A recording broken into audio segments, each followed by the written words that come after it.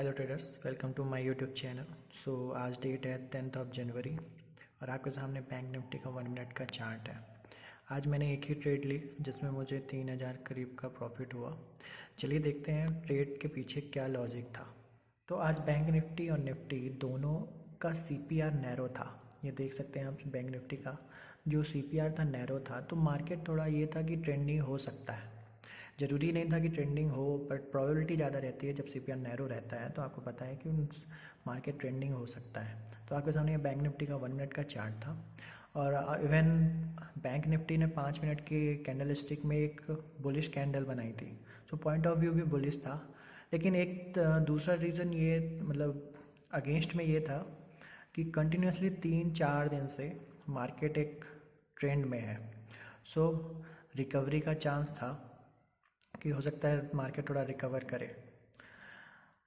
मैं मार्केट का वेट कर रहा था कि कुछ मुझे मेरा सेटअप यदि सेट होता है।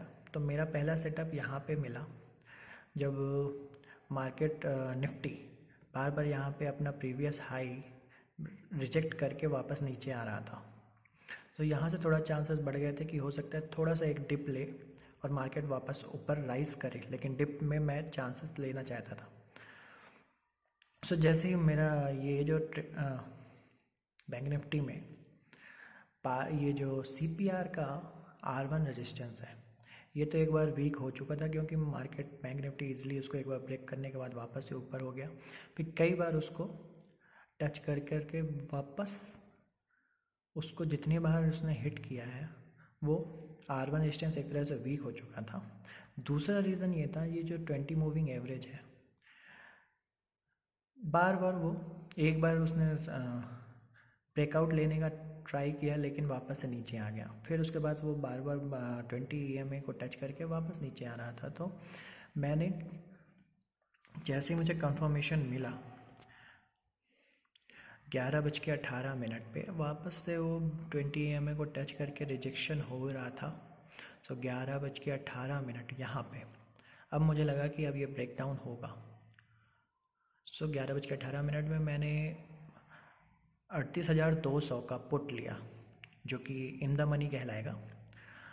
यहाँ का 2 लॉट मैंने पुट का लिया और मेरा टारगेट ये था, क्योंकि ये लास्ट स्विंग जो था ये मेरा टारगेट था, क्योंकि पहला तो एक स्विंग है प्लस 38,000 एक राउंड फिगर है।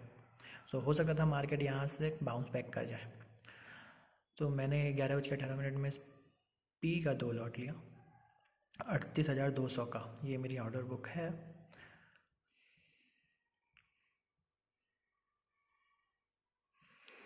ग्यारह बज के 18 पे मैंने 38,200 का 2 लॉट 385 बेसिस पॉइंट पे लिया था।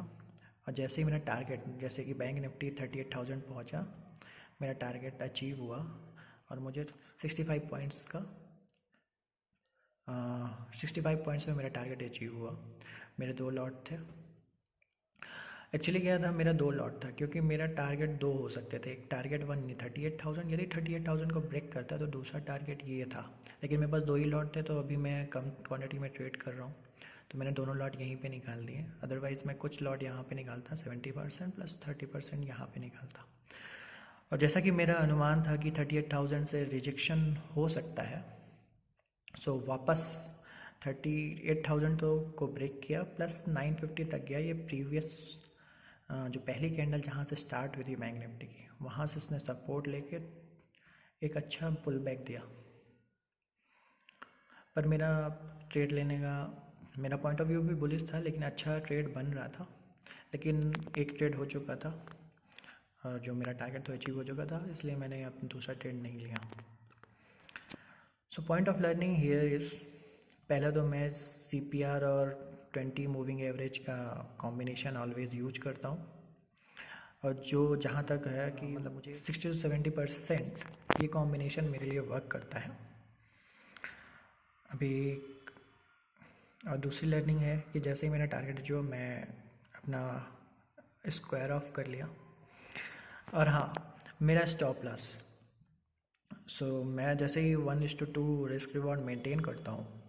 तो जैसे ही मेरा ये ट्रेड था 11:18 पे, और मेरा स्टॉप लॉस ये लास्ट था 163 और मैंने ट्रेड लिया था 120 पे। सो अप्रॉक्स 40 पॉइंट्स का था, 45 पॉइंट्स का था मेरा स्टॉप लॉस। सो 1:2 के हिसाब से मेरा टारगेट होना चाहिए 90 पॉइंट्स। सो 118 से ये 38,000 मैंने एक राउंड फिगर लिया था, जो कि 120 पॉइंट्स होते हैं। सो मेरा रिस्क रिवॉर्ड भी यहाँ पे मेंटेन हो रहा था, तो वो लॉट में मुझे 3,200 का प्रॉफिट हुआ। तो thank you for viewing my video.